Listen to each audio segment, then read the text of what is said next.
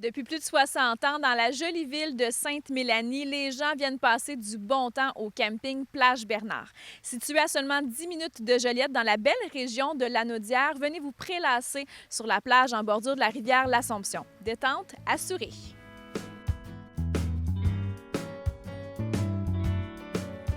Fabrice, j'aimerais savoir depuis quand le camping existe.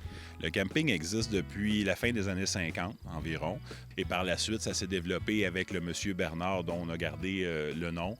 Et là, c'est nous qui l'opère depuis maintenant plusieurs années. Donc, cette année serait en fait notre 39e saison, la famille Roy comme telle. Quel genre d'activité on retrouve au camping? Ici, il y a toutes sortes d'activités, autant sportives puis sociales. Donc, on va retrouver des terrains de volley-ball, des terrains de pétanque. On va avoir des salles communautaires pour les activités sociales, que ce soit le bingo, les danses, les bands qui viennent. On fait des festivals, on fait des tournois.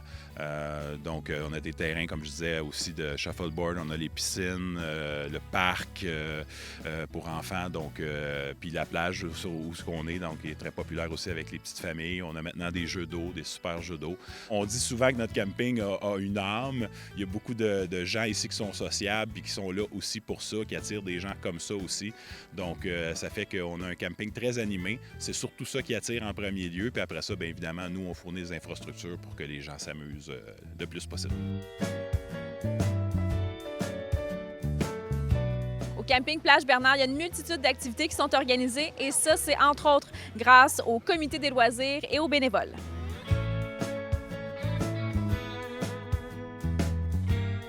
Selon toi, qu'est-ce qui fait en sorte que ton camping se démarque peut-être un peu des autres campings? Bien, comme je viens juste de le dire, on me dit souvent que le camping a une âme. Donc, c'est ce que les gens remarquent, que les gens sont chaleureux ici, sont là pour s'amuser. Donc, c'est une des choses qu'on nous dit beaucoup. Mais ce qu'on nous dit aussi beaucoup, c'est aussi évidemment la situation naturelle, géographique, qui est en même temps près d'une ville importante, qui est la ville de Joliette quand même. Donc, on est tout près. Donc, ça, c'est très pratique, le côté pratique de la chose. Mais en même temps, on est en pleine nature, donc on n'a pas l'impression qu'on est si près d'une ville. On arrive ici, on voit la rivière, on a un beau lac en haut, la forêt, les armatures, donc puis on n'entend pas le bruit de la ville, même si on est proche. Alors c'est accessible, mais en même temps dans un milieu 100% naturel.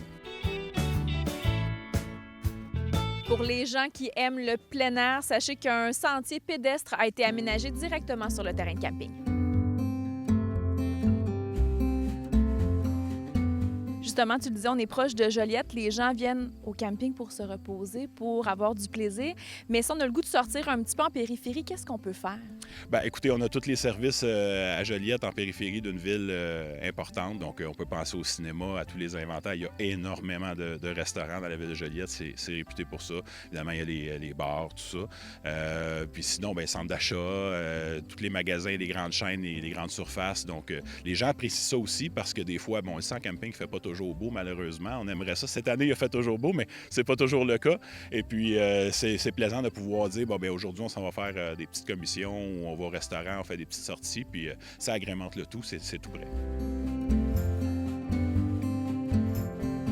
Est-ce que vous offrez des prêts à camper? Bien sûr, et de plus en plus, ça fait partie des tendances futures.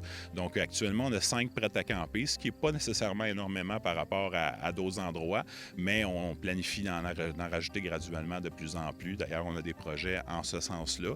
On a des terrains de voyageurs aussi, donc on a toujours eu, c'est important pour nous.